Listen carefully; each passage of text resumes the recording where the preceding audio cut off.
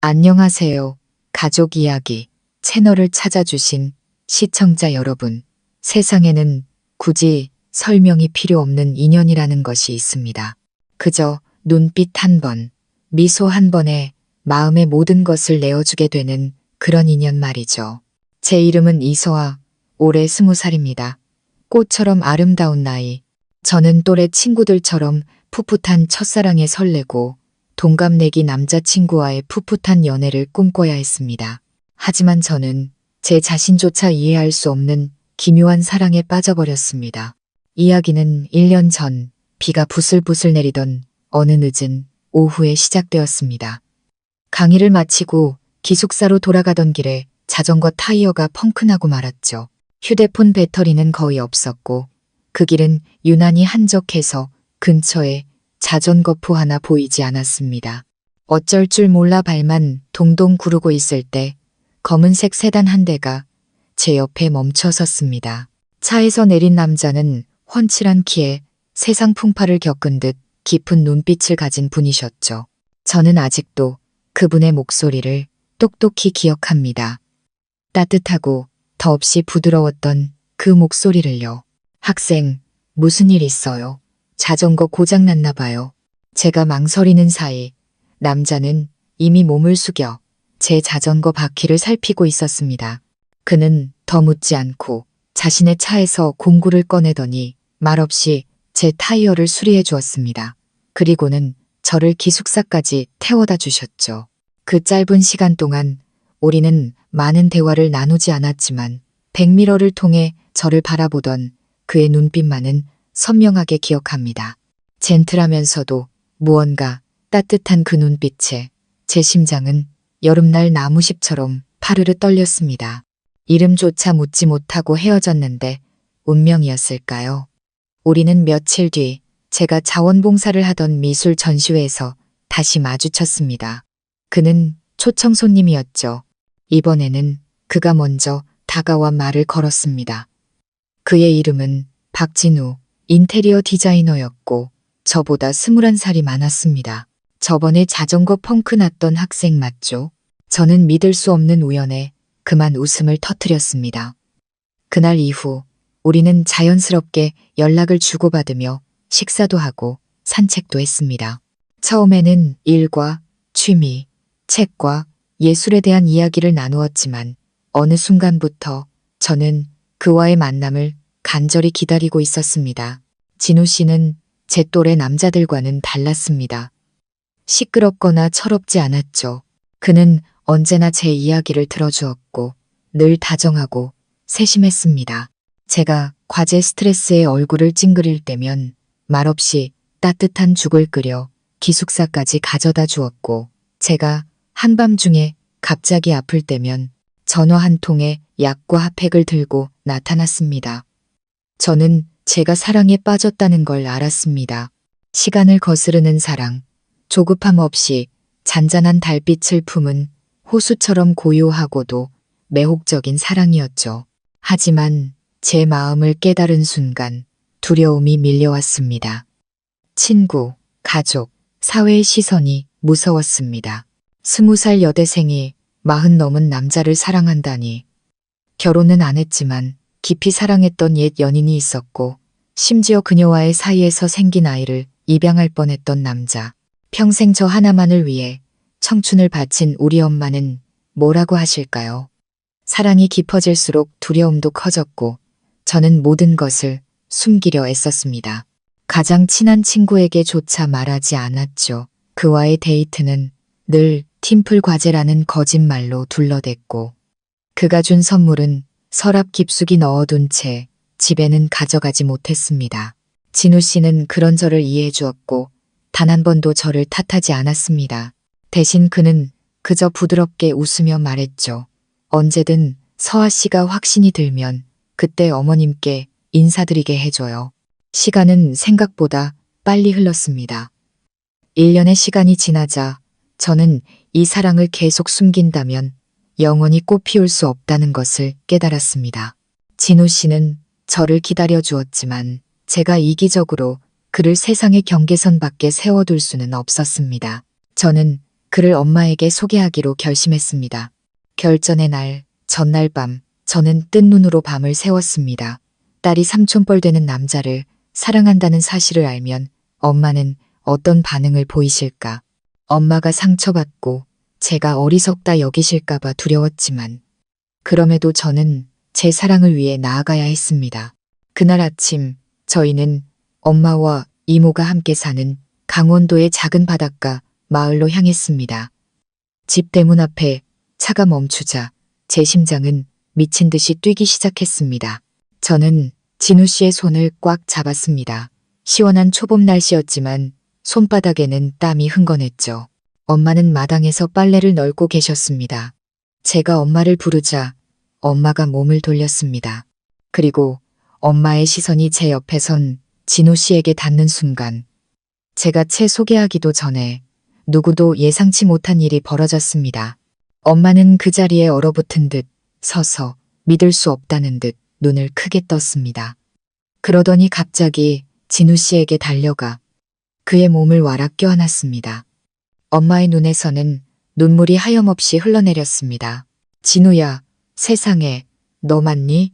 정말 우리 진우 맞아? 진우 씨 역시 그 자리에 못 박힌 듯 서 있었습니다. 두 사람은 마치 시간이 30년 전으로 되돌아간 것처럼 서로를 바라보았습니다. 저는 돌처럼 굳어 서 있었습니다. 대체 이게 무슨 상황일까요?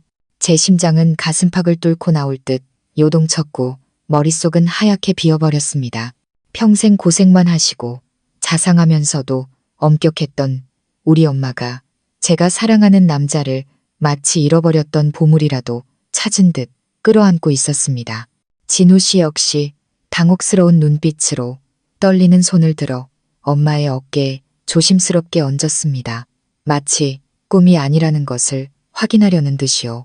엄마, 진우 씨 알아요? 제가 떨리는 목소리로 물었습니다. 엄마는 대답 대신 진우 씨의 어깨를 더 꽉 붙잡은 채 눈물만 흘렸습니다. 한참 뒤에야 엄마는 그에게서 떨어져 붉어진 눈으로 저를 바라보았습니다. 저는 태어나서 엄마의 그런 얼굴을 처음 봤습니다. 감격과 당황, 기쁨과 서러움이 뒤섞인 얼굴이었죠. 서아야, 어떻게 진우를 알게 된 거니? 저희 1년 넘게 만났어요. 오늘 엄마한테 정식으로 인사시키려고 온 건데. 저는 기어들어 가는 목소리로 답하며 엄마의 얼굴에서 눈을 떼지 못했습니다. 엄마는 다시 진우 씨를 바라보며 떨리는 목소리로 물었습니다. 진우야, 정말 너 맞니? 옛날 우리 옆집 살던 그 진우. 진우 씨는 조용히 고개를 끄덕였습니다. 그의 목소리는 낮고 잠겨 있었습니다. 네, 아주머니. 저예요. 이렇게 다시 뵙게 될 줄은 몰랐습니다. 저는 어리둥절했습니다. 아주머니? 진우 씨는 엄마를 아주머니라고 불렀고 엄마는 그를 아들처럼 불렀습니다. 대체 어떻게 된 일일까요? 두 사람 아는 사이예요. 제가 다시 물었습니다. 엄마는 복잡한 표정으로 저를 바라보며 말했습니다. 서아야, 얘기가 길단다. 엄마도 진우를 다시 만나게 될 줄은, 그것도 네가 사랑하는 사람으로 만나게 될 줄은 꿈에도 몰랐어. 엄마는 눈물을 닦으며 우리를 집 안으로 이끌었습니다. 집 안의 공기는 바늘 떨어지는 소리도 들릴 만큼 무겁게 가라앉아 있었습니다. 엄마는 물을 따르셨는데 그 손이 미세하게 떨리고 있었죠. 엄마는 여전히 꿈이 아닐까 하는 듯 이따금 진우 씨를 쳐다보았습니다. 진우야, 그동안 어떻게 지냈니? 너희 가족 이사 가고 나서 어떻게 살았어? 진우 씨는 긴 한숨을 내쉬며 찻잔을 내려놓았습니다. 그는 엄마를 똑바로 바라보며 말했습니다. 그때 부모님이 사고로 돌아가시고 서울에 계신 작은아버지 댁으로 가게 됐어요. 그 후로는 고향에 한 번도 못 내려왔고 소식도 모두 끊겼습니다. 어릴 때 아주머니께 편지를 한 번 보냈는데 답장이 없으시더라고요. 그 말에 엄마는 갑자기 고개를 숙였습니다. 저는 엄마가 두 손을 꽉 움켜쥐는 것을 보았습니다. 그때 우리 집도 너무 힘들었단다. 내 아빠 일찍 돌아가시고 나 혼자 너희 둘 키우느라 아마 편지가 제대로 전달되지 않았을 거야. 미안하다, 진우야. 진우 씨는 조용히 고개를 저었습니다. 아니에요, 아주머니. 지금이라도 이렇게 다시 뵈니 정말 기쁩니다. 저는 잠자코 앉아 제가 들은 모든 것을 조합하려 애썼습니다. 엄마가 진우 씨를 어릴 때부터 알았다는 건 그가 옛날 이웃이었다는 뜻이고 엄마를 은숙 아주머니라고 불렀다는 건데 그렇다고 해도 왜 이렇게까지 감격하시는 걸까요? 저는 더 이상 참지 못하고 물었습니다. 엄마, 대체 어떻게 된 거예요? 언제부터 진우 씨를 아셨어요? 엄마는 잠시 침묵하다 긴 한숨을 내쉬었습니다. 엄마는 일어나 낡은 나무 장롱으로 다가가 서랍을 열고 빛바랜 사진 한 장을 꺼내 제게 건네주었습니다. 이건 네가 돌도 채 안 됐을 때, 그리고 이건 진우란다. 그때 17살이었지. 저는 그 자리에서 얼어붙었습니다. 사진 속의 저는 통통한 갓난아기였고 앳된 소년의 품에 안겨 있었습니다. 저를 바라보는 소년의 눈빛은 더없이 다정했습니다. 그 옆에는 우리 엄마가였지만 감정이 가득 담긴 미소를 짓고 서 있었죠. 진우는 내가 가장 힘들었던 시절에 너를 함께 돌봐준 사람이란다.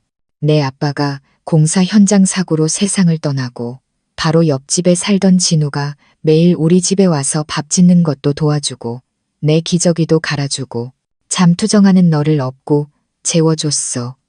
그때 진우도 학생이었는데 학교만 끝나면 너랑 놀아주러 왔지. 넌 그때 엄마보다 진우를 더 따랐단다. 엄마는 눈시울이 붉어진 채 말했습니다. 저는 진우 씨를 돌아보았습니다. 그의 얼굴은 굳어 있었고 먼 곳을 응시하는 눈빛에는 말로 다 할 수 없는 많은 것들이 담겨 있었습니다. 저는 아무것도 기억나지 않아요. 제가 사진 귀퉁이를 만지며 속삭였습니다. 엄마는 고개를 끄덕였습니다. 당연히 기억 못하지. 하지만 진우는 엄마의 기억 일부, 고된 세월 속에 잃어버렸다고 생각했던 젊은 날의 한 조각이었단다. 그런데 진우네 가족이 갑자기 이사를 가버렸고 그 후로는 아무 소식도 들을 수 없었어. 다시는 못 볼 줄 알았는데 방 안은 정적에 휩싸였습니다. 저는 실타래처럼 엉킨 마음으로 그 자리에 앉아 있었습니다. 제가 온 마음을 다해 사랑한 사람이 알고 보니 우리 가족의 과거에 깊숙이 자리했던 사람이었습니다. 저를 품에 안고 무더운 여름밤 잠 못 드는 저를 재워주었던 사람, 우리 엄마가 친아들처럼 여겼던 사람. 이 모든 것은 이제 20살 여자와 40 넘은 남자의 단순한 사랑 이야기가 아니었습니다. 그것은 시간과 기억, 그리고 묻혀버린 줄 알았던 과거가 강력하게 되살아난 복잡하게 얽힌 운명의 끈이었습니다. 저는 엄마를 보며 조심스럽게 물었습니다. 엄마, 제가 진우 씨를 진심으로 사랑한다면 어떻게 생각하세요? 엄마는 바로 대답하지 않았습니다. 한참 동안 저를 바라보던 엄마는 조용히 말했습니다. 엄마는 아직 모르겠다. 시간이 필요해.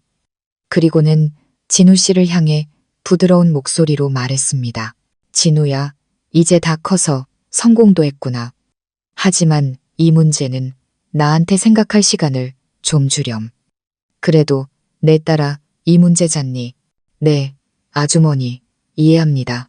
기다리겠습니다. 진우 씨는 공손하게 고개를 숙였습니다.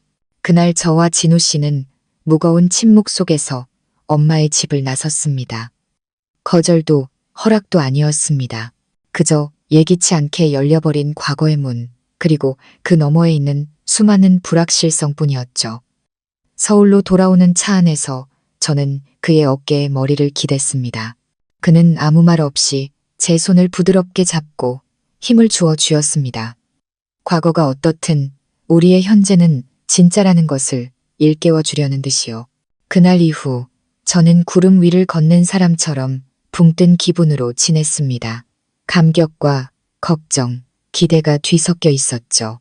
엄마는 확실한 답을 주지 않으셨지만 그날 엄마의 눈빛에 담긴 과거와 망설임을 보며 이 일이 결코 쉽지 않을 것임을 직감했습니다. 진우 씨는 여전히 변함없이 다정하고 듬직하게 제 곁을 지켜주었지만 그의 눈빛에도 어딘가 아련함과 이름 모를 죄책감이 서려 있었습니다. 아마 그 역시 운명이라는 소용돌이 속에서 힘들어하고 있겠지요. 며칠 뒤 저는 혼자 다시 고향 집으로 내려갔습니다. 엄마는 평소와 같은 얼굴로 저를 맞아주셨습니다. 화를 내지도 기뻐하지도 않으셨죠. 그저 조금 침묵이 길어졌을 뿐입니다. 그날 저녁 저는 엄마가 좋아하는 반찬들로 정성껏 저녁상을 차렸습니다. 식사를 마친 뒤 저는 엄마에게 따뜻한 생강차를 타드리고 옆에 앉아 용기를 내어 입을 열었습니다. 엄마, 진우 씨에 대해 어떻게 생각하세요? 엄마는 한참 동안 생각에 잠긴 눈으로 저를 바라보다가 입을 열었습니다. 서아야, 우리 딸 이제 다 컸구나. 엄마가 언제까지고 널 곁에 둘 수는 없겠지. 네가 사랑할 사람, 함께할 사람을 선택할 권리가 있어. 엄마는 그저 네가 고생할까봐 걱정될 뿐이야. 진우 씨는 정말 좋은 사람이에요, 엄마. 저를 이렇게까지 이해해주고 아껴주는 사람은 처음이에요. 나이 차이 같은 건 신경 쓰이지 않아요. 저는 그냥 그 사람, 박진우라서 사랑하는 거예요.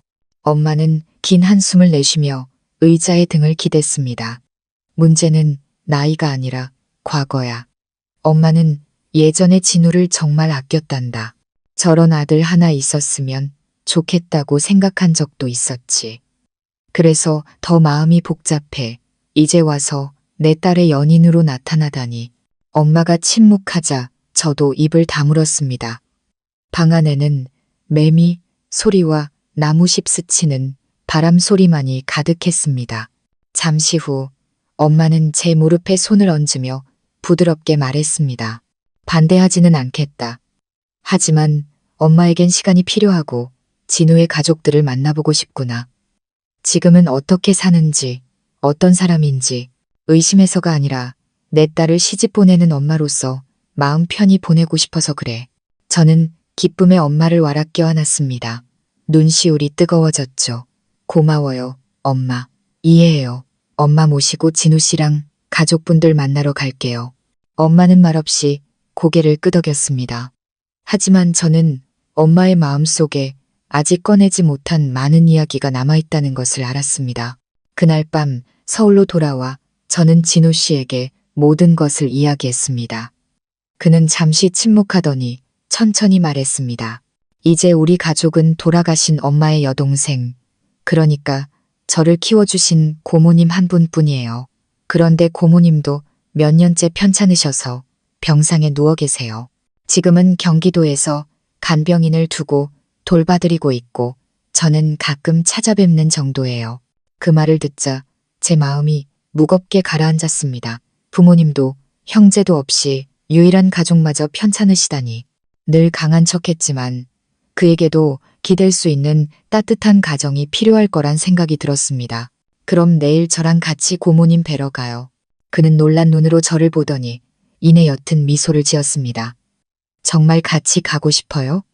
그곳은 가난하고 고모님은 누워만 계셔서 대화도 어려우신데. 괜찮아요. 진우 씨에 대해 더 많이 알고 싶고 엄마도 안심시켜드리고 싶어요. 엄마가 진우 씨가 사는 모습을 직접 보시면 분명 허락해 주실 거예요. 그는 제 손을 꽉 잡았습니다. 그의 손은 언제나처럼 따뜻했습니다. 다음 날 아침 우리는 경기도로 향했습니다. 저희를 맞이한 것은 낡은 노동자 주택가와 비포장도로였습니다.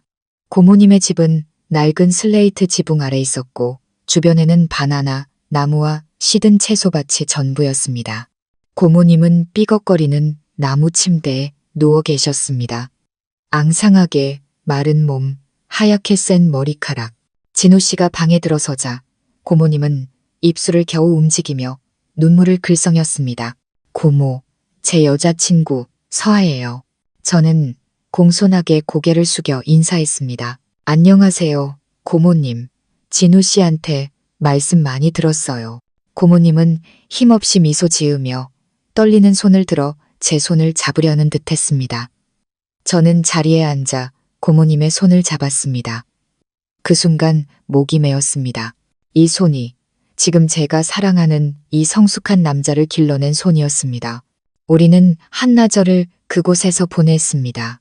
저는 고모님과 이야기를 나누고 손발을 주물러 드리고 진우 씨를 도와 몸을 닦고 기저귀를 갈아드렸습니다. 그가 정성껏 조심스럽게 고모님을 돌보는 모습을 보며 제 마음이 따뜻해졌습니다. 고모, 아프지 않으세요? 살살 닦을게요. 눈시울을 붉히며 속삭이는 그의 모습에서 진심이 느껴졌습니다. 돌아오는 길에 제가 조용히 물었습니다. 만약에 우리 엄마가 끝까지 반대하시면 저를 포기할 거예요. 그는 저를 돌아보았습니다. 그의 눈빛은 슬펐지만 단호했습니다. 서아 씨가 나를 선택한다면 나는 절대 떠나지 않아요. 하지만 나는 서아 씨가 엄마와 나 사이에서 하나를 선택해야 하는 상황을 만들고 싶지 않아요. 언젠가 내가 죄책감 없이 당당하게 진짜 아들처럼 그댁에 들어가는 날이 오길 바라요. 어떤 과거도 우리를 막을 수 없도록. 저는 미소 지었습니다. 저와 가족을 향한 그의 진심이 있다면 그날은 반드시 올 거라고 믿었습니다. 아무리 힘들어도 저는 그의 손을 잡고 끝까지 함께 갈 것입니다. 하지만 저는 모든 일이 그렇게 순탄하지만은 않으리라는 것을 예상하지 못했습니다. 한 통의 전화가 모든 것을 다른 방향으로 틀어버렸기 때문입니다. 그날 오후 제가 자취방에 막 도착했을 때 엄마에게서 전화가 왔습니다. 엄마는 겁에 질린 목소리로 떨며 말했습니다. 서아야, 빨리 좀 와봐라. 전라도에서 작은 외삼촌이 올라오셨는데 우연히 진우 얘기를 꺼내셨다가 엄마가 도저히 믿을 수 없는 얘기를 하셨어. 저는 그 자리에서 얼어붙었습니다. 무슨 얘기요, 엄마? 외삼촌 말이 진우가 우리 집안의 맞사위가 될 뻔했었다는구나. 저는 제 귀를 의심했습니다. 맞사위가 될 뻔했다니 대체 엄마가 무슨 말씀을 하시는 걸까요? 외삼촌이 우연히 진우 씨 이름을 꺼냈는데 거기서 무슨 일이 터진 걸까요? 심장이 발끝까지 떨어지는 것 같았습니다. 제가 아직 알지 못하는 사실, 제가 애써 쌓아 올린 이 연약한 행복을 질식시킬 수 있는 낡은 비밀이 두려웠습니다. 저는 그날 오후 바로 고향으로 가는 버스에 몸을 실었습니다. 차 안에서 엄마의 말이 계속 귓가에 맴돌았습니다. 진우가 우리 집안의 맞사위가 될 뻔했었다. 하지만 어떻게 그럴 수가 있죠? 엄마의 옛 연인이었을까요? 아니면 이모의? 그럴 리가 없습니다. 엄마는 평생 저 하나만 바라보며 사셨고 이모는 20년 전에 일찍 결혼해서 남편 따라 다른 지역으로 가셨는데 만약 다른 친척이었다면 엄마가 처음 진우 씨를 만났을 때 그렇게까지 감격하셨을 리가 없습니다. 생각하면 할수록 머릿속은 뒤죽박죽이 되었습니다. 집에 도착하니 이미 어두컴컴한 밤이었습니다. 엄마는 툇마루에 앉아 계셨습니다. 노란 불빛 아래 드러난 엄마의 얼굴은 단 하루 만에 몇 년은 더 늙어버린 듯 했습니다. 엄마는 저를 보고 지치고 무거운 눈빛을 들어 올렸습니다. 저는 엄마 옆에 앉아 손을 잡았습니다. 엄마, 말해줘요. 어떻게 된 거예요? 엄마는 한참 동안 침묵하다가 마치 둑이 터지듯 이야기를 시작했습니다. 엄마의 목소리는 시간의 먼지가 쌓인 낡은 기억의 조각들을 하나씩 꺼내 보이는 것처럼 낮고 슬프게 가라앉아 있었습니다. 옛날에 네가 2살도 채 안 됐을 때 엄마가 재혼할 뻔했단다. 그 남자가 바로 진우의 아버지였어. 저는 숨이 멎는 듯 했습니다. 온몸이 그대로 얼어붙었죠. 엄마, 그게 무슨 말이에요? 사실이야. 내 아빠가 돌아가시고 나서 진우 아버지를 만났어. 그때 난 30 가까이 됐었고 혼자 널 키우고 있었지. 진우네 가족이 우리 동네로 이사 온 지 얼마 안 됐을 때였어. 진우 아버지는 아내와 사별하고 혼자였는데 참 착하고 성실한 사람이었지. 서로 오가며 정이 들었고 동네 사람들도 모두 우리가 잘 될 거라고 생각했어. 그런데 왜 결혼 안 했어요? 양가에서 결혼 얘기를 막 시작하려던 참에 진우가 서울 작은아버지 댁으로 가게 됐어. 그때 진우 부모님이 돌아가신 지 얼마 안 됐을 때라 진우가 아직 어렸지. 진우 아버지는 아들을 너무 사랑해서 새엄마 밑에서 눈치 보며 살게 할 수 없다고 결혼을 거절했단다. 아들 때문에 어쩔 수 없지만 언젠가 인연이 닿으면 다시 돌아오겠다고 약속하고 떠났어. 그리고 나서 엄마는 목이 메었습니다. 그리고 다시는 돌아오지 않았어. 1년 뒤에 교통사고로 세상을 떠났다는 소식만 들었지. 진우는 어떻게 됐는지 알 수 없었고 엄마는 그 아이도 이미 세상에 없는 줄 알았단다. 저는 그 자리에서 망연자실했습니다. 하늘이 무너져 내리는 것 같았습니다. 알고 보니 저와 진우 씨의 인연은 엄마 인생의 미완성된 한 페이지였습니다. 제가 사랑하는 남자는 제 새아버지가 될 뻔했던 남자의 아들이었고 진우 씨는 엄마가 친아들처럼 품어주고 싶었던 아이였습니다. 그런 우리가 이제 서로 사랑하고 있었습니다. 기가 막힌 운명의 장난, 너무나도 잔인한 역설이었습니다. 저는 떨리는 목소리로 물었습니다. 그럼 저랑 진우 씨랑 혹시 피가 섞였나요? 아니, 엄마는 단호하게 고개를 저었습니다. 절대 아니야. 피 한 방울 안 섞였어. 다만 운명이 너무 기구할 뿐이지. 엄마도 이게 기뻐해야 할 일인지 슬퍼해야 할 일인지 모르겠구나. 그래서 그 사람이랑 헤어져야 해요. 엄마는 대답하지 않았습니다. 엄마는 자리에서 일어나 집 안으로 들어가 버렸고 저는 산산조각 난 마음의 파편들 속에서 홀로 남겨졌습니다. 그날 밤 저는 한숨도 자지 못했습니다. 어떻게 해야 할지 몰랐습니다. 생각할수록 머리만 아팠습니다. 한쪽에는 평생 저를 위해 모든 것을 희생한 엄마가, 다른 한쪽에는 제가 온 마음을 다해 진심으로 사랑하는 진우 씨가 있었습니다. 다음 날 아침 저는 진우 씨에게 전화를 걸었습니다. 그의 목소리는 밤새 잠을 설친 듯 낮고 피곤했습니다. 서아 씨, 미안해요. 뭐가요? 저도 저희 아버지가 서아 씨 어머님과 그런 인연이 있었는지 몰랐어요. 고모님께 얼핏 듣긴 했지만 그게 어머님일 줄은. 저도 들었어요. 엄마한테.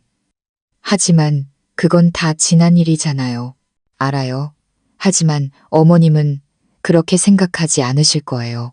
자식 때문에 사랑을 포셔해야 했던 여자의 마음을 저는 이해해요.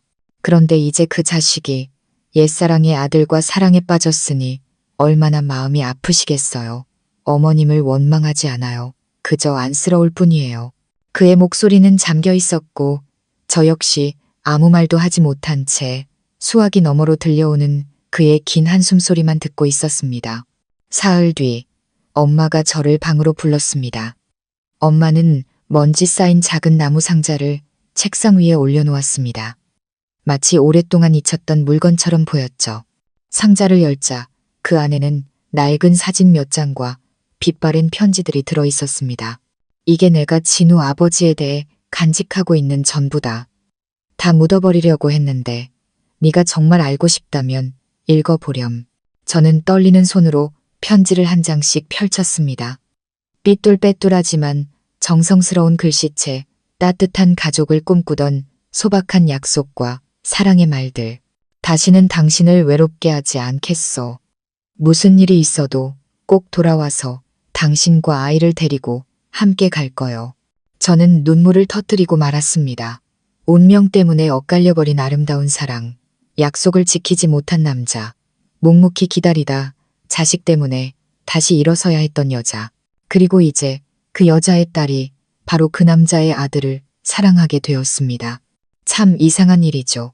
어쩌면 하늘은 결코 짧은 이야기를 쓰지 않는지도 모릅니다. 모든 운명은 정해진 것처럼 서로 얽히고 설켜 매듭지어져 있었습니다. 그날 밤 저는 진우 씨와 늘 가던 카페에서 만나기로 했습니다.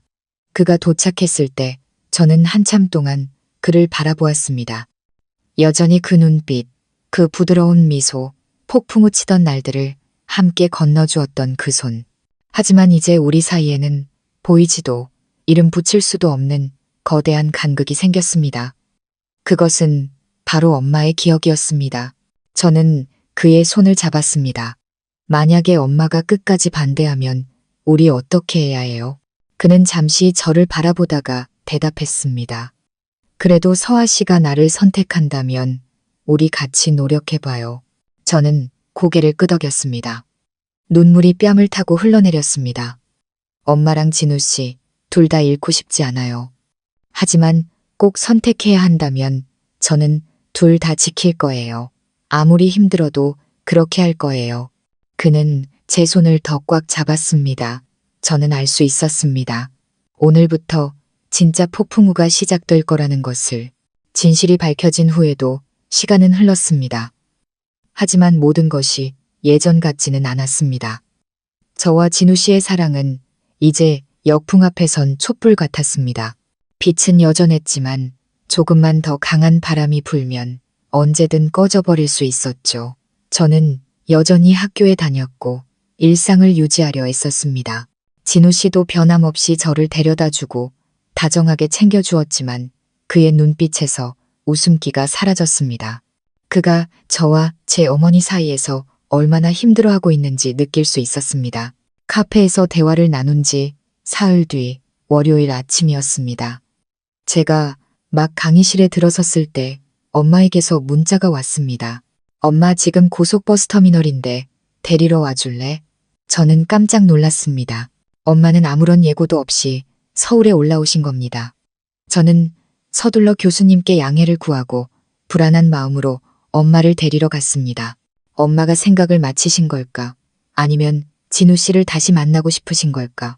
혹은 저를 대신해 이별을 통보하러 오신 걸까? 터미널 입구에 서 계신 엄마는 낡은 천 가방 하나를 들고 계셨습니다. 수년 동안 제가 봐왔던 평범한 모습 그대로였죠. 저를 보자 희미하게 미소 지으셨지만 별다른 말씀은 없으셨습니다. 저도 묻지 않고 조용히 엄마를 차에 태웠습니다. 차 안에서 엄마는 내내 창밖만 바라보셨습니다. 마치 잃어버린 기억의 조각이라도 쫓는 듯이요. 저는 엄마의 침묵이 분노가 아니라 폭풍전야의 고요함이라는 것을 느꼈습니다. 자취방에 도착해 엄마는 구석의 나무 의자에 앉으셨습니다. 제가 차를 타들이며 조심스럽게 물었습니다. 엄마, 무슨 일로 오셨어요? 누구 만나고 싶으세요? 엄마는 저를 바라보셨습니다. 그 눈빛은 책망도 다정함도 아닌 기묘한 평온함을 담고 있었습니다. 진우 좀 만나고 싶구나. 저는 숨을 멈췄습니다. 오늘 바로요. 빠를수록 좋겠다.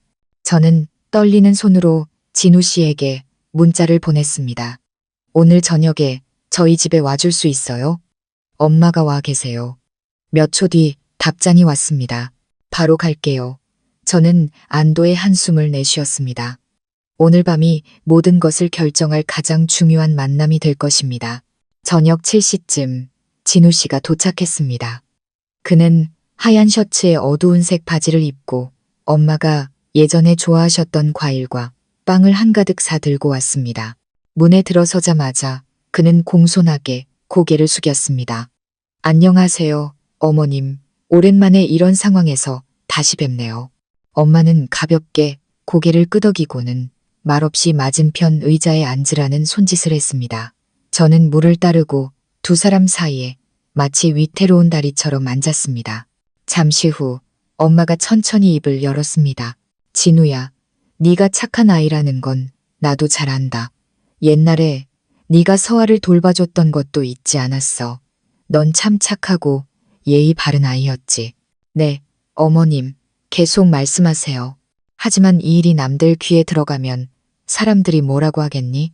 내 사위가 될 뻔했던 사람의 아들이 이제 진짜 내 사위가 되겠다고 하니 세상은 내 생각만큼 너그럽지 않아. 진우 씨는 고개를 숙였습니다. 그의 어깨가 미세하게 떨리는 것을 보았지만 그의 목소리는 침착했습니다. 알고 있습니다. 어머님께서 왜 걱정하시는지도 이해합니다.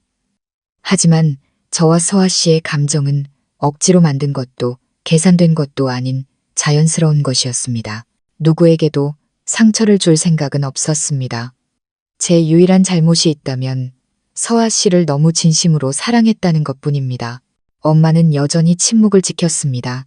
한참 뒤에야 다시 말했습니다. 내 감정을 의심하는 게 아니야. 다만 내 딸이 손가락질 받는 걸 원치 않을 뿐이다. 피는 섞이지 않았어도 사람들은 그렇게 단순하게 생각하지 않을 테니. 엄마, 제가 목맨 소리로 끼어들었습니다. 엄마 걱정하시는 거 다 알아요. 하지만 제가 여기서 포기하면 저는 평생 불행할 거예요. 진우 씨는 저한테 한 번도 잘못한 적이 없어요. 항상 잘해주고 사랑해주고 양보해줬어요. 그런 사람을 단지 남들 시선이 두려워서 놓칠 수는 없어요. 엄마는 저를 돌아보았습니다. 그 순간 엄마의 눈가가 흐려졌습니다. 엄마는 일어나 장롱으로 다가가 작은 상자 하나를 꺼내 테이블 위에 올려놓았습니다. 이건 내 외할머니께서 물려주신 목걸이다. 내 결혼식 날 주려고 했는데 지금 너에게 주마. 내가 허락했다는 뜻은 아니야. 그저 내가 스스로 결정하라는 뜻이다. 하지만 기억해라. 어떤 결정이든 대가가 따를 거라는 걸. 네가 진우를 선택했다면 오늘부터는 더 이상 두려워하며 살지 마라. 저는 와락 울음을 터뜨렸습니다. 진우 씨도 눈시울이 붉어졌습니다. 우리 두 사람은 엄마 앞에 함께 무릎을 꿇었습니다. 엄마는 더 이상 아무 말도 하지 않고 돌아서서 손수건으로 눈물을 닦으셨습니다. 그날 밤 엄마가 잠드신 후 저와 진우 씨는 베란다에 앉아 있었습니다. 그가 제 손을 잡으며 조용히 말했습니다. 어머님이 이렇게 빨리 마음을 열어주실 줄 몰랐어요. 하지만 어머님은 저를 미워하시는 게 아니라 스스로를 용서하지 못하고 계셨던 거예요. 과거에 대한 죄책감을 느끼고 계셨던 거죠. 저는 그의 어깨에 머리를 기대며 속삭였습니다. 엄마가 완전히 허락하신 건 아니지만 오늘 저에게 선택권을 주셨고 저는 망설임 없이 당신을 선택했어요. 이제 막 터널 끝에서 빛이 보이기 시작했다고 생각했습니다. 하지만 모든 것이 겨우 진정되려 할 때 낯선 여자가 나타나 또 다른 진실을 꺼내놓으며 모든 것을 다시 뒤흔들어 놓았습니다. 그 사람은 진우 씨의 옛 연인이었고 그녀는 말했습니다. 저는 저와 박진우 씨의 딸 때문에 왔어요. 설마 자기 딸을 버리려는 건 아니겠죠. 저는 외할머니의 목걸이가 담긴 작은 상자를 손에 쥐고 벅찬 감정에 잠겨 있었습니다. 엄마가 이 목걸이를 제게 건네주시리라고는 꿈에도 생각지 못했습니다. 하지만 엄마는 저를 사랑하셨고 제가 더 이상 엄마의 뜻대로만 움직이는 어린아이가 아니라는 것을 이해해 주셨습니다. 이제 모든 것이 괜찮아질 거라고 생각했습니다. 그런데 다음날 아침 해가 뜨기도 전에 폭풍이 몰아쳤습니다. 아침 8시쯤 엄마와 함께 집을 정리하고 있는데 초인종이 울렸습니다. 저는 진우 씨인 줄 알고 문을 열었지만 문 밖에는 그가 아니었습니다. 50대 가까이 되어 보이는 한 여자가 서 있었습니다. 옷차림은 수수했지만 단정했고 머리는 깔끔하게 묶고 있었죠. 그녀는 저를 탐색하듯 쳐다보았습니다. 누구 찾으세요? 제가 공손하게 물었습니다. 그녀는 눈썹을 살짝 치켜들며 제 머리부터 발끝까지 훑어보더니 짧게 대답했습니다. 박진우 씨 찾으러 왔어요. 여기 없나요? 저는 조금 놀랐지만 침착하게 대답했습니다. 아직 안 오셨는데요. 실례지만 누구신지. 나는 그 사람 딸의 엄마예요. 저는 그 자리에 얼어붙었습니다. 진우 씨 딸의 엄마라고요? 그녀는 고개를 끄덕이며 마치 무언가를 숨기고 있는지 확인하려는 듯 제 뒤의 방 안쪽을 샅샅이 훑어보았습니다. 제가 충격에서 벗어나지 못하고 있을 때 엄마가 거실에서 나오셨습니다. 무슨 일이니? 여자는 엄마를 보자 흠칫 놀랐습니다. 두 여자는 서로를 마주보고 서서 아무 말도 하지 않았습니다. 공기가 순간 얼어붙어 숨막힐 듯한 긴장감이 흘렀습니다. 먼저 입을 연 것은 그 여자였습니다. 따님 어머님이시군요. 그럼 확실히 말씀드리죠. 저는 싸우러 온 게 아닙니다. 하지만 이 일이 조용히 넘어가는 걸 그냥 둘 수는 없었어요. 제 딸의 권리를 찾으러 왔습니다. 엄마는 미간을 찌푸렸습니다. 그게 무슨 말씀이시죠? 제 딸은 박진우 씨의 친딸입니다. 올해 15살이에요. 제 젊은 시절 전부를 그 사람에게 바쳤습니다. 사랑, 청춘, 그리고 이름도 없는 아이를 낳는 것까지요. 그런데 이제 와서 자기 딸보다 몇 살 많지도 않은 어린 여자애랑 정식으로 결혼하겠다니요. 저는 절벽 아래로 떨어지는 기분이었습니다. 잠시 침묵이 흐른 뒤 엄마는 그녀에게 의자를 권했습니다. 그녀는 가방을 내려놓고 서류 뭉치를 꺼냈습니다. 그것은 아이의 출생 증명서였고 아버지란에는 박광호라는 진우 씨의 본명이 똑똑히 적혀 있었습니다. 저는 아무 말도 할 수 없었습니다. 가슴 속에서 폭풍이 휘몰아쳤습니다. 제가 사랑하는 사람, 제게 과거에 미완의 사랑이 있었다고는 했지만 아이에 대해서는 단 한마디도 한 적이 없었는데 제 딸 이름은 박하윤이에요. 그녀가 말을 이었습니다. 어릴 때부터 저랑만 살았어요. 진우 씨는 매달 양육비만 보내줄 뿐 한 번도 찾아오지 않았죠. 저도 강요하지 않았고 일을 크게 만들지 않았어요. 하지만 자기 딸 또래의 여자애를 데려와 결혼하겠다고 하는 걸 보니 제가 여기서 침묵하면 어떤 엄마가 되겠어요? 엄마는 한참 동안 그녀를 바라보다가 말했습니다. 두 분의 일은 과거사입니다. 경고하러 오셨다면 잘 알겠습니다. 하지만 제 딸은 아무것도 몰랐습니다. 따님의 가정에 끼어들 생각도 없었고요. 그 여자는 코웃음을 쳤습니다. 우린 한 번도 가족이었던 적이 없어요. 저는 5년을 그 사람 곁에서 이름 없이 살았죠. 아이를 낳자마자 그는 떠났어요. 전명분을 찾으러 온 게 아니에요. 서아 씨에게 묻고 싶어서 온 겁니다. 만약 언젠가 하윤이가 나타나 진우 씨를 아빠라고 부르면 당신은 감당할 수 있겠어요? 그녀는 저를 돌아보았습니다. 그녀의 눈빛은 더 이상 날카롭지 않았습니다. 그 대신 깊은 고통이 어려 있었습니다. 저는 버림받은 한 여자의 무력감을 느낄 수 있었습니다. 저는 떨리는 목소리로 겨우 입을 열었습니다. 저는 몰랐어요. 죄송합니다. 하지만 진우 씨가 정말 아이를 외면한 게 확실한가요? 그렇게 말하진 않았어요. 하지만 자기 아빠가 자기 언니 뻘 되는 사람이랑 결혼한다는 걸 알면 하윤이가 얼마나 상처받겠어요. 그때 다시 초인종이 울렸습니다. 제가 문을 열자 진우 씨가 서 있었습니다. 그는 안에 앉아있는 여자를 보고 그 자리에 굳어버렸습니다. 그는 짧은 한숨을 내쉬었습니다. 왔군요. 네, 그리고 저분들께 다 말씀드렸어요. 진우 씨, 당신을 원망하거나 붙잡고 싶은 마음은 없어요. 하지만 재혼하려면 당신 딸한테 먼저 한마디는 해줘요. 자기 아빠가 자기 또래 여자랑 결혼한다는 걸 알 권리는 있으니까. 진우 씨는 안으로 들어와 저를 보지 않고 엄마와 그녀 앞에 깊이 고개를 숙였습니다. 죄송합니다. 모든 게 제 잘못입니다. 서아 씨를 잃을까봐, 어머님께서 허락하지 않으실까봐, 과거가 모든 것을 망칠까봐 두려워서 말하지 못했습니다. 하지만 이제 더는 피하지 않겠습니다. 제가 다가가 그의 손을 잡았습니다. 정말 당신 딸이 맞아요? 그는 고개를 끄덕였습니다. 네. 하지만 우리는 결혼한 사이가 아니었어요. 헤어진 후에도 양육비는 꼬박꼬박 보냈지만 아이를 마주할 용기가 없었습니다. 그게 제 인생 최대의 실수예요. 엄마가 자리에서 일어나셨습니다. 엄마의 목소리는 이상할 정도로 침착했습니다. 너희들 일에 더는 끼어들지 않겠다. 하지만 진우야, 용감한 남자는 실수를 저지르지 않는 사람이 아니라 실수를 바로잡을 줄 아는 사람이란다. 네가 정말 서아를 사랑한다면 먼저 아빠로서의 도리부터 다하렴. 진우 씨는 눈시울을 붉히며 고개를 끄덕였습니다. 네, 명심하겠습니다. 그 여자도 자리에서 일어나 저를 보며 부드럽게 말했습니다.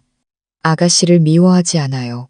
다만 과거가 있는 사람을 사랑한다는 건 그 사람의 상처까지 끌어안는 거라는 걸 알아줬으면 해요. 그럴 수 있다면 계속하고 아니면 지금이라도 물러서는 게 좋을 거예요. 그녀는 무거운 침묵만을 남긴 채 돌아섰습니다. 그날 밤 저는 울지 않았지만 마음이 복잡했습니다.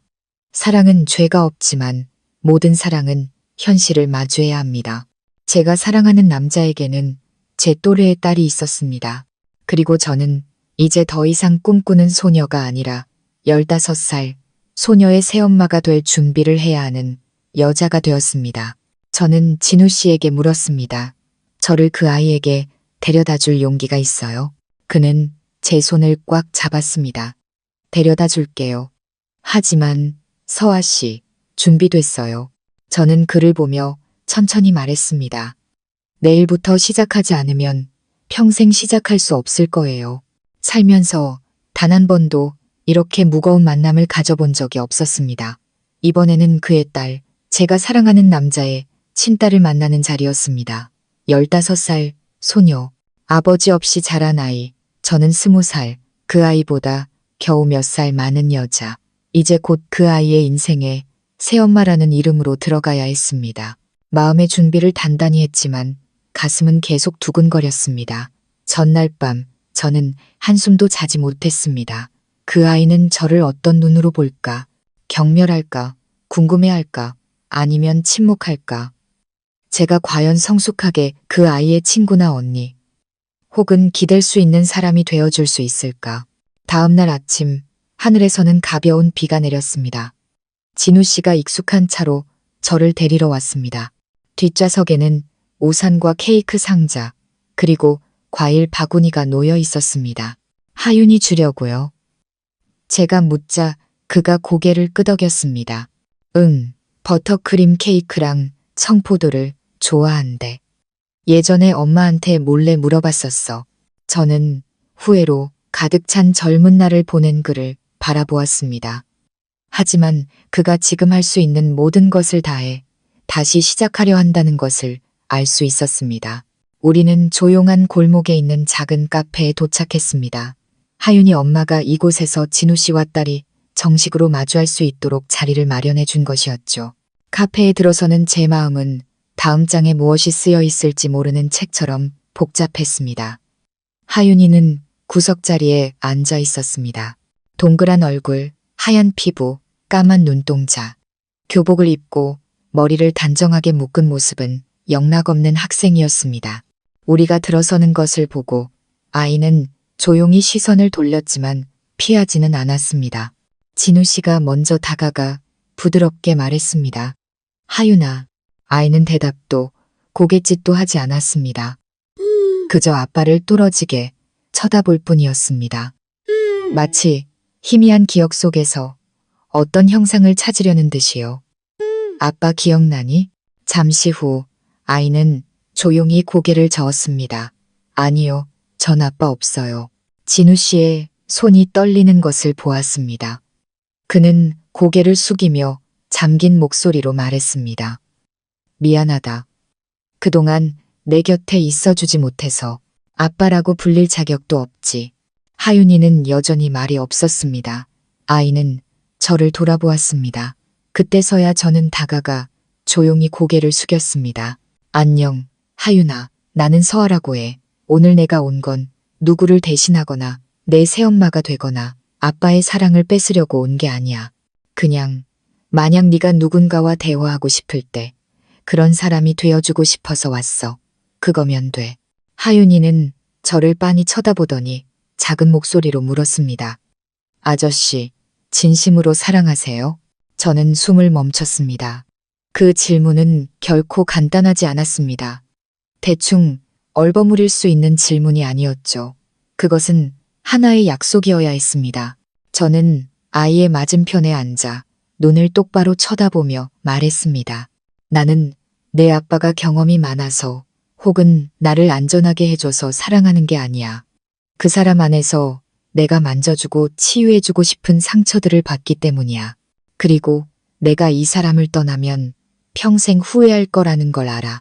아이는 한참 동안 말이 없었습니다. 그리고는 고개를 숙였습니다. 아이의 입술이 가늘게 떨렸습니다. 우리 엄마 정말 힘들게 사셨어요. 제가 아빠 어디 있냐고 물을 때마다 우셨어요. 아빠를 미워했지만 얼굴도 모르는 사람을 계속 미워할 용기는 없었어요. 진우 씨가 손을 내밀었지만 아이는 잡지 않았습니다. 아직 용서할 수 없다는 뜻이겠죠.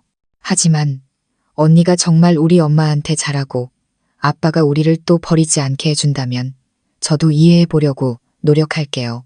저는 목이 메었습니다. 울지는 않았지만 마음이 산산조각 나는 것 같았습니다. 고작 15살짜리 아이가 어른들을 고개 숙이게 만드는 말을 하고 있었습니다. 그날의 만남은 1시간 넘게 이어졌습니다. 감동적인 재회도 눈물 나는 심파극도 아니었습니다. 억누른 눈물과 탐색하는 눈빛, 그리고 온전한 사랑을 요구할 권리조차 없었던 한 아이의 조용한 고통만이 존재하는 현실이었습니다. 돌아갈 때 하윤이는 조용히 말했습니다. 다음에 우리 집에 오고 싶으면 엄마한테 먼저 물어보세요. 우리 엄마 상처 잘 받으시거든요. 저는 고개를 끄덕였습니다. 진우 씨는 젖은 눈빛을 감추려 고개를 돌렸습니다. 저는 그의 어깨에 손을 얹었습니다. 더 이상 아무 말도 필요 없었습니다. 우리 앞에 여정이 인내와 이해, 그리고 용기가 필요한 긴 길이 될 것이라는 걸 우리 모두 알고 있었습니다. 돌아오는 차 안에서 저는 창밖을 보았습니다. 비는 여전히 가볍게 내리고 있었지만 제 마음속에 남은 불안감을 적시기에는 충분했습니다. 제가 물었습니다. 우리 잘못하고 있는 걸까요? 그는 제 손을 꽉 잡았습니다. 아니요. 잘못된 길이었다면 시작도 안 했을 거예요. 올바른 길이라면 아무리 힘들어도 물러서지 않을 거예요. 저는 미소 지었습니다. 그리고 처음으로 이 모든 격동의 날들 속에서 마음이 평온해지는 것을 느꼈습니다. 과거가 아무리 무거워도 제 손을 잡고 있는 이 사랑은 진짜였기 때문입니다. 하윤이를 만난 후 저와 진우 씨는 마음의 큰 짐을 하나 덜어낸 기분이었습니다. 하지만 그것이 긴 여정의 첫걸음일 뿐이라는 것을 알고 있었죠. 아이는 저를 거부하지도 미워하지도 않았지만 아직 받아들인 것도 아니었습니다. 그리고 아이의 엄마.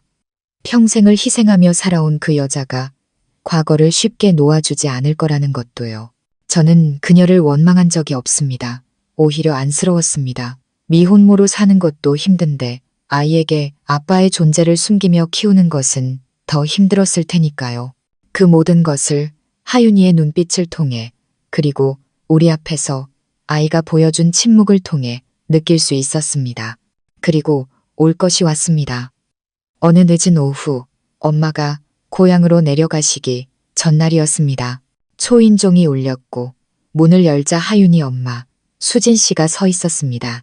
저와 엄마는 그녀가 찾아오리라고는, 특히 이런 시점에 오리라고는 상상도 못했습니다. 하지만 그녀의 눈빛은 처음 봤을 때처럼 날카롭지 않았습니다. 대신 차분하고 평온해 보였죠. 인생의 모든 풍파를 겪어낸 한 여자가 자기 딸의 새엄마가 될 뻔했던 여자와 마주 앉았습니다. 예고 없는 만남이었지만 피할 수 없는 자리였습니다. 작은 방은 이상할 정도로 조용해졌습니다. 저는 물을 따르고 두 분만의 공간을 남겨둔 채 조용히 부엌으로 물러났습니다. 먼저 입을 연 것은 우리 엄마였습니다. 저를 찾아오셨군요. 수진 씨는 고개를 끄덕였습니다. 한 번은 제대로 이야기해야 할 것 같아서요. 우리가 같은 남자와 얽혔기 때문이 아니라 이제 제 딸과 따님이 한 가족이 될 테니까요. 엄마는 침묵했습니다. 차를 한 모금 마시고 찻잔을 내려놓았습니다. 당신을 원망할 마음은 없습니다. 당신과 진우의 일은 과거 사이고 제가 관여할 권리는 없지요. 다만 부탁하고 싶은 건 만약 제 딸과 진우가 진심으로 사랑한다면 지난 원망 때문에 두 아이를 힘들게 하지는 말아달라는 겁니다. 수진 씨는 슬픈 미소를 지었습니다. 따님을 미워하지 않아요. 오히려 용기 있다고 생각합니다. 사랑하는 사람을 지킬 줄 아는 아이더군요. 다만 안타까울 뿐이에요. 제가 홀로 아이를 키우며 기다렸던 그 세월이, 그리고 이제 그는 새로운 가정을 꾸리는데 저는 여전히 그 남자의 인생에서 그림자일 뿐이라는 사실이요.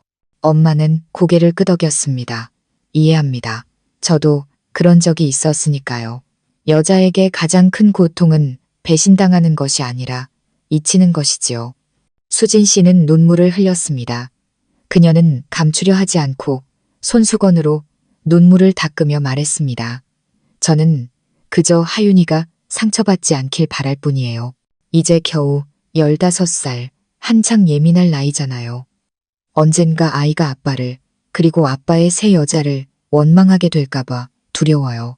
엄마는 그녀의 눈을 똑바로 쳐다보며 부드럽게 말했습니다.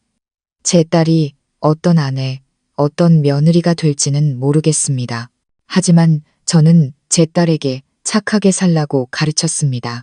아이는 당신과 하윤이를 상처받게 할 일을 하지 않을 겁니다. 저는 그렇게 믿어요.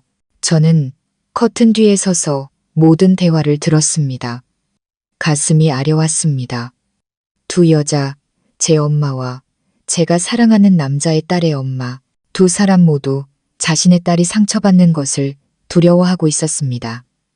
이기적이어서가 아니라 그들 자신이 너무나 힘든 세월을 겪어왔기 때문이었습니다. 제가 거실로 나왔을 때 수진 씨가 일어섰습니다. 그녀는 평온한 눈빛으로 저를 보며 말했습니다. 두 사람의 관계를 반대하지 않겠어요.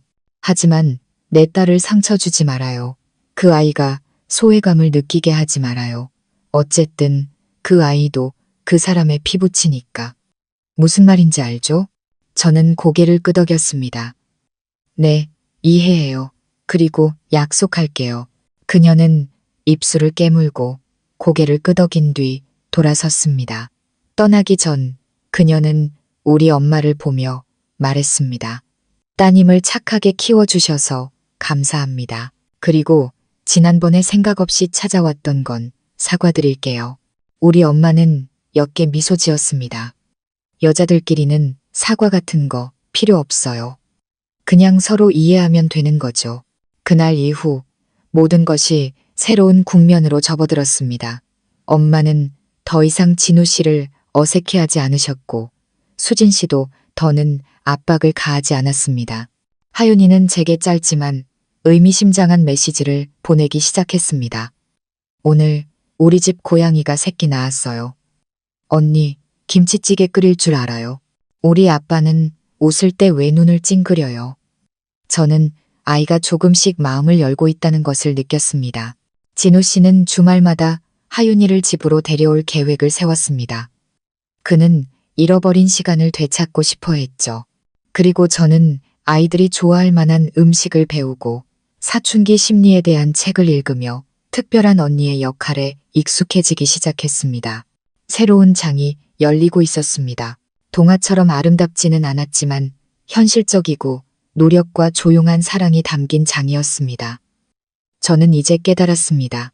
진정한 사랑이란 단순한 감정이 아니라 함께하고 책임지고 사랑하는 사람의 아물지 않은 상처까지도 보듬어 줄 수 있는 능력이라는 것을요. 두 어머니의 만남 이후 시간은 평온하게 흘렀습니다. 긴장감 넘치는 침묵이 아니라 할 말을 모두 한 어른들의 고요함이었죠. 그리고 첫 번째 행동은 바로 함께하는 식사였습니다. 제가 먼저 진우 씨에게 제안했습니다. 우리 엄마랑 하윤이 그리고 수진 어머님까지 초대해서 다 같이 식사 한번 해요. 거창한 의식 같은 거 말고 그냥 서로를 알아가는 가족 식사요. 그는 잠시 놀라더니 고개를 끄덕였습니다. 서아 씨, 정말 준비됐어요? 저는 농담 반 진담 반으로 대답했습니다. 아내가 되려면 가족들 밥 한 끼는 챙길 줄 알아야죠. 그는 제가 처음 만났을 때부터 사랑했던 그 낮은 웃음소리를 냈습니다. 그 웃음은 수많은 우여곡절 끝에 지쳐있던 제 마음을 따뜻하게 녹여주었습니다. 우리는 일요일 오후에 식사를 하기로 했습니다. 비싼 레스토랑이 아닌 진우 씨가 사는 작은 아파트에서요. 결혼 후에 제가 살게 될 곳이기도 했죠. 저는 일찌감치 메뉴를 정했습니다. 된장찌개, 제육볶음, 계란찜, 그리고 몇 가지 나물. 모두 엄마가 좋아하시고 하윤이도 잘 먹고 제가 실패 없이 만들 수 있는 소박한 음식들이었죠.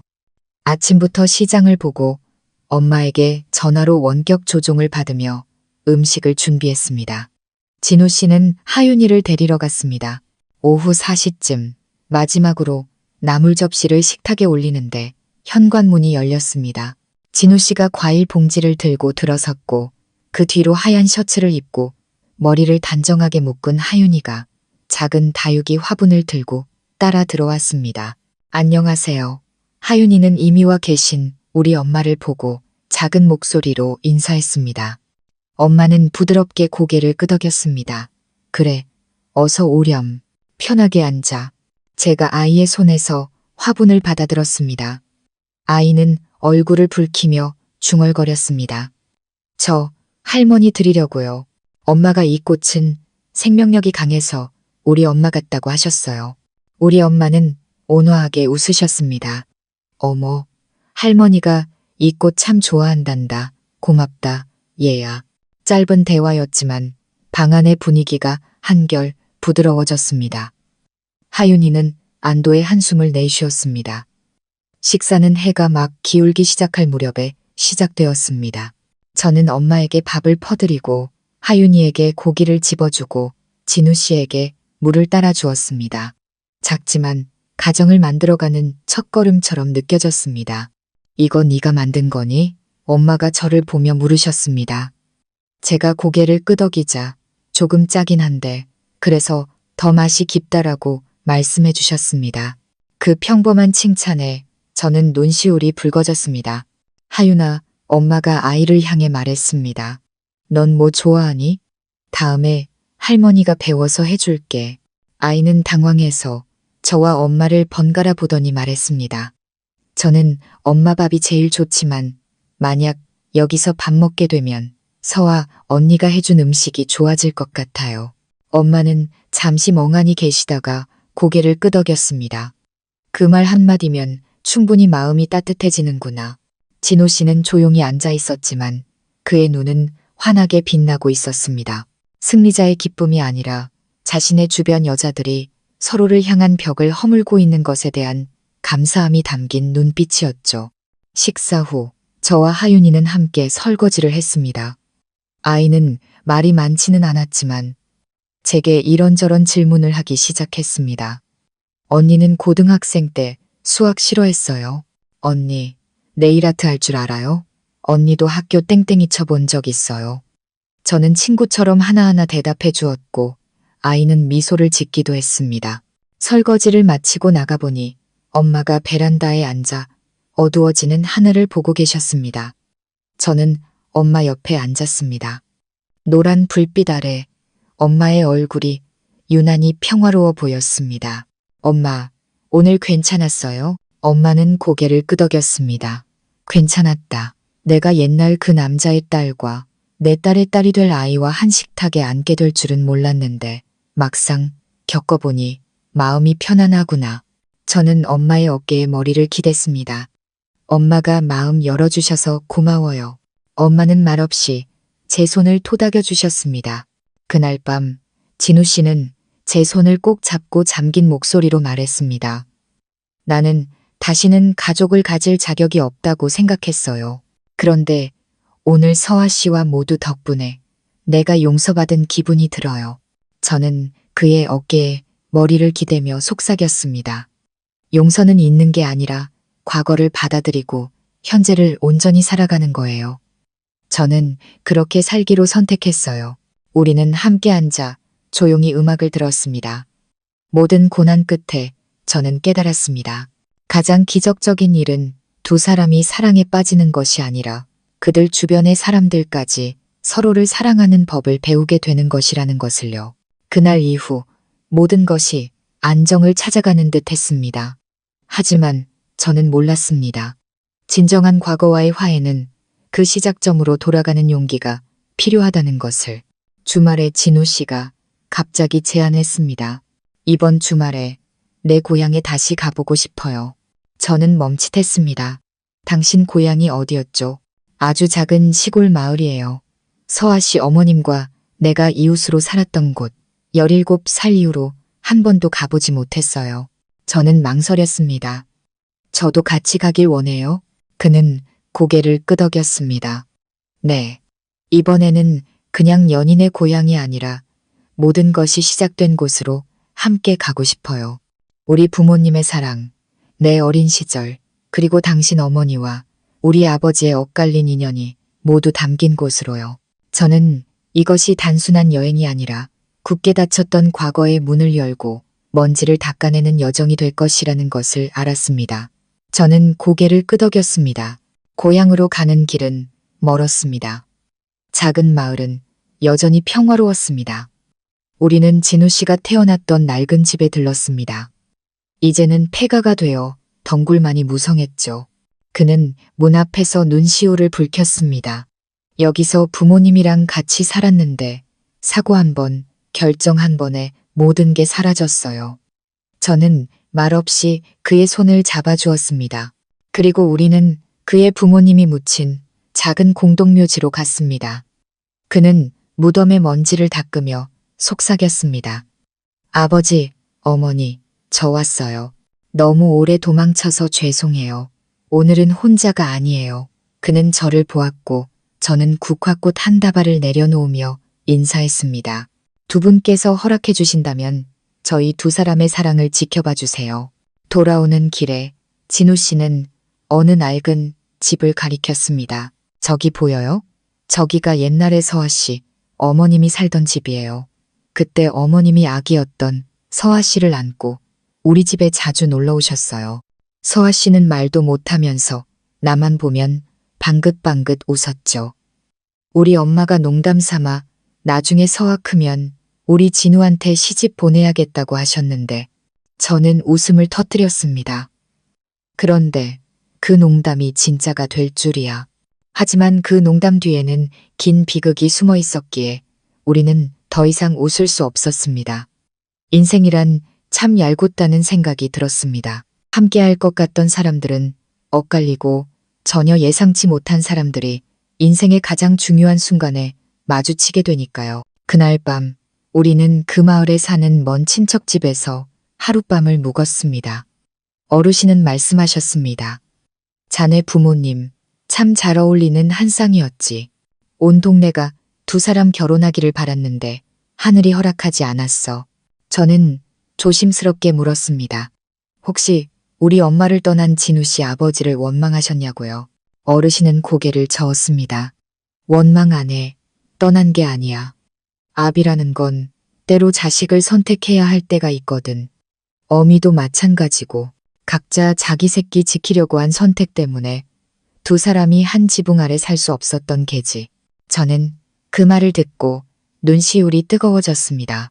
제가 버림과 배신이라고 생각했던 것들이 때로는 아버지와 어머니라는 이름 때문에 어쩔 수 없이 해야만 했던 선택이었다는 것을 깨달았습니다. 다음 날 아침 서울로 돌아오기 전 우리는 다시 한번 그 낡은 집 앞에 섰습니다. 제가 물었습니다. 다시 여기 와서 살고 싶어요? 그는 고개를 저었습니다. 아니요. 추억은 여기에 남겨둬야죠. 우리의 미래는 다른 곳에서 함께 만들어가야 해요. 저는 미소 지었습니다. 제 사랑이 더 이상 몽상이 아니라 이해와 용서 그리고 믿음이라는 벽돌로 지어진 단단한 집이 되어가고 있음을 느꼈습니다. 그리고 모든 과거의 조각들이 제자리를 찾았을 때 저는 우리의 사랑이 다음 단계로 나아갈 때가 왔음을 직감했습니다. 6월의 어느 비 내리는 오후 진우 씨가 제게 문자를 보냈습니다. 오늘 저녁 나한테 시간을 내어줄 수 있어요? 저는 더 묻지 않고 답했습니다. 네, 기다릴게요. 그는 비 오는 날 우리 두 사람이 1년 전 재회했던 그 낡은 카페로 저를 데려갔습니다. 기억나요? 여기서 우리가 다시 만났던 거. 그는 미소 지으며 말했습니다. 그때 당신을 다시 만난 건 내 인생 최고의 행운이었어요. 그는 제 앞에 아주 작은 벨벳 상자를 내려놓았습니다. 서아 씨, 지난 1년 동안 우리는 많은 일을 겪었어요. 당신은 울고 화내고 힘들어했지만 단 한 번도 내 곁을 떠나지 않았어요. 내 과거의 모든 그림자 속으로 함께 걸어 들어와 주었죠. 당신에게 부유한 삶을 약속할 수는 없지만 이거 하나는 약속할 수 있어요. 매일 아침 당신이 눈 떴을 때 당신보다 먼저 일어나 따뜻한 물을 받아놓고 향긋한 커피를 내려놓고 말없이 당신의 하루를 지켜보는 남편이 되어주겠다고. 그는 상자를 열었습니다. 그 안에는 화려하지 않은 작은 진주가 밝힌 은반지가 있었습니다. 나와 결혼해 줄래요? 저는 울음을 터뜨렸습니다.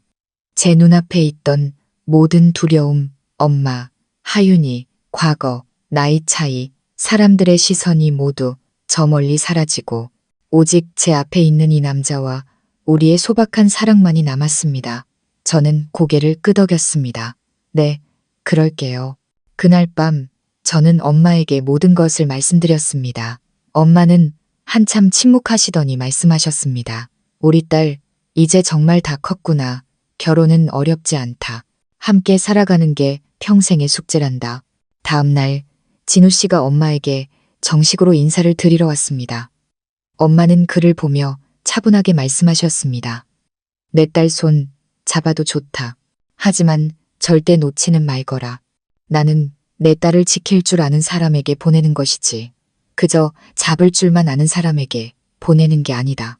진우 씨는 두 손을 모으고 고개를 숙였습니다. 네, 어머님, 제 평생을 걸고 지키겠습니다. 우리는 결혼식 날짜를 서두르지 않았습니다. 저에게 가장 신성한 것은 화려한 예식이 아니라 앞으로의 모든 세월을 함께 헤쳐나갈 수 있는 서로의 마음이었기 때문입니다. 결혼 준비는 소박하게 진행되었습니다.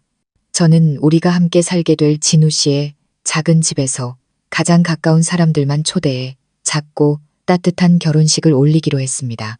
하지만 제게는 또 하나의 중요한 사람이 있었습니다. 하윤이. 저는 아이에게 손편지를 썼습니다.